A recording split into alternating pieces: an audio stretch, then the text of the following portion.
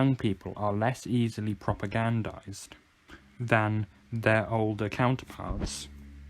This is because for propaganda to be effective, propagandized population have to access strong emotions such as fear and be well socialized to provide peer pressure.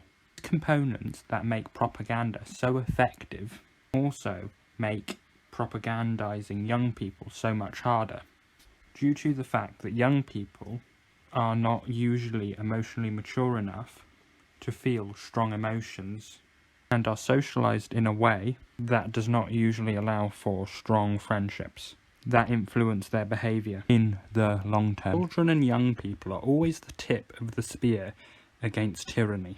So in this case, we should encourage children to get politically active in effective ways instead of just quietly protesting by socialising. If I was going to risk breaking lockdown rules and imprisonment to meet friends, I would not do so in broad daylight or in an easily viewable place.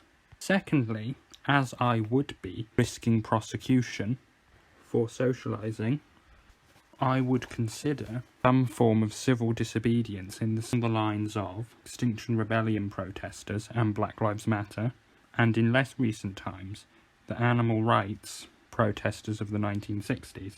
However, I would not recommend this, seen as, on the Isle of Man, there is an election in September. I would suggest that anybody and everybody who is in any way sceptical of lockdown voices such an opinion to their MHK and considers running for office, provided that there is not already a lockdown skeptic in such office or is running for that office to avoid splitting the vote. If you are thinking to yourself that you are not suitable to run for office, you should think to yourself, if not me, then who?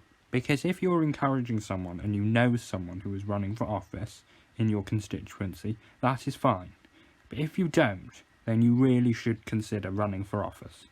Because if you don't say something in September, vaccine passports will most likely be coming.